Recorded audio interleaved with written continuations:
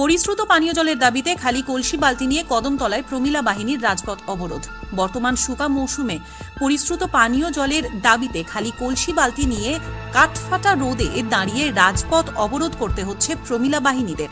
অবশেষে পথ অবরোধের 3.5 ঘন্টা পর ডিডব্লিউএস দপ্তরের এসডিওর আশ্বাসে অবরোধ প্রত্যাহার। এই চিত্র উত্তরের ধর্মনগর মহকুমার কদমতলা বাজারের 208-এর বিকল্প জাতীয় সড়কের ওপর।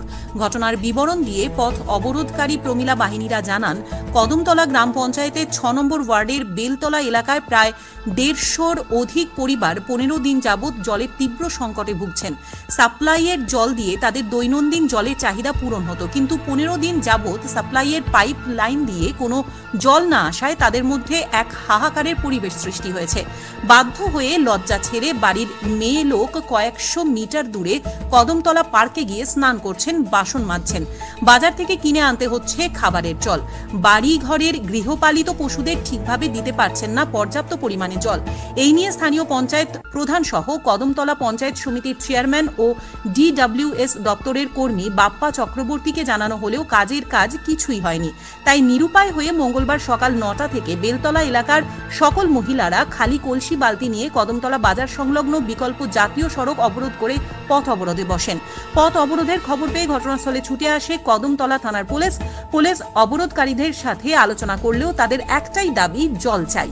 অবশেষে অবরোধের 3.5 ঘন্টা পর অর্থাৎ দুপুর 12:30 নাগাদ ঘটনাস্থলে ছুটে আসেন ডিডব্লিউএস ধর্মনগর মহকুমা অফিসের এসডিও সোহেল আহমেদ সহ এক ইঞ্জিনিয়ার। তিনি অবরোধকারীদের সাথে দীর্ঘ আলোচনা করে আশ্বস্ত করেন 2 দিনের ভেতর বেলতলা এলাকায় জলের সমস্যা তিনি দূর করে দেবেন। আর আজ থেকেই গাড়ি দিয়ে ওই এলাকায় পরিশ্রুত পানীয় জল সরবরাহ করা হবে। অবশেষে ডিডব্লিউএস দপ্তরের এসডিওর আশ্বাসে আশ্বস্ত হয়ে প্রমিলা বাহিনীরা তাদের পথ অবরোধ প্রত্যাহার করেন। তবে দীর্ঘ 3.5 ঘন্টা বিকল্প জাতীয় সড়ক অবরোধের ফলে অবরোধ স্থলের উভয় পাশে ছোট বড় গাড়ির দীর্ঘ লাইন পড়ে। জনদুর্ভোগ পোহাতে হয় চরমে। কম যায় স্যার, 1 বালতি 2 বালতি পাই, তারপরে জল যায় গিয়া। তার মধ্যে আমরা এখানে 3-4 ফ্যামিলি আছি আপনার দক্ষিণ কদমতলাতে, আপনার নানপুর বাড়িতে। স্যারে আমি প্রধানরে খবর দিচ্ছি যে প্রধানে হচ্ছে আপনার লাইন কিছু উল্টাপাল্টা আছে, আমি প্রায় নেট 4,000 টাকা খরচা করছি, তারপরে স্যার প্রবলেম এটা সাপ্লাই। আমি এত টাকা খরচা করি স্যার, আমার কুয়া নাই। আমি কতদিন থেকে জল পাই না, আমার তো পূজার আগের থেকেই সমস্যা হয়েছে। তারপরেও আমি লাইন ঠিক করে ফেলে একটু জল হয়, তারপরে আমি কমপ্লেন করার পরে তারা কোনো গুরুত্ব দিচ্ছে না। আপনার বাসা কোথায় নেই? আমার বাসা দক্ষিণ কদমতলা। আমরা জল নাই, জলের জন্য মানে কতদিন যাবত জল 15 দিন যাবত জল নাই।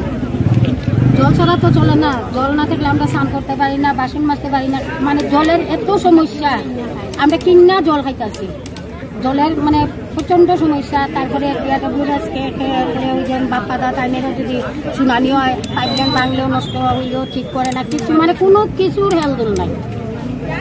প্রধান মেম্বারও তো জানে, এরপরেও মানে পাইপটা কোথাও ভাঙছে, মানে কোনো তদারকি নাই জলের লেগে।